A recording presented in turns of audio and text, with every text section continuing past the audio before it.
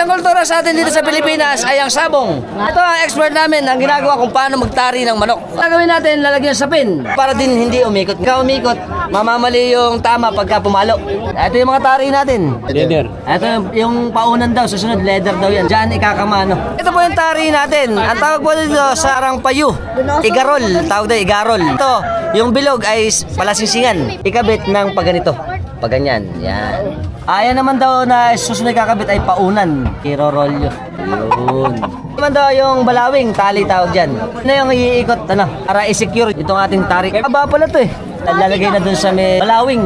Ikot muna. Yun, doon pala sa isang dulong paa yung palasingsingan. Tapos nakayu sa mismong tahid. Si Idol, ayos. Nanalo ba? Baka swerte. Ito na, secure na. Nilalagay ng tape. Ayan. Keep safe and keep moving.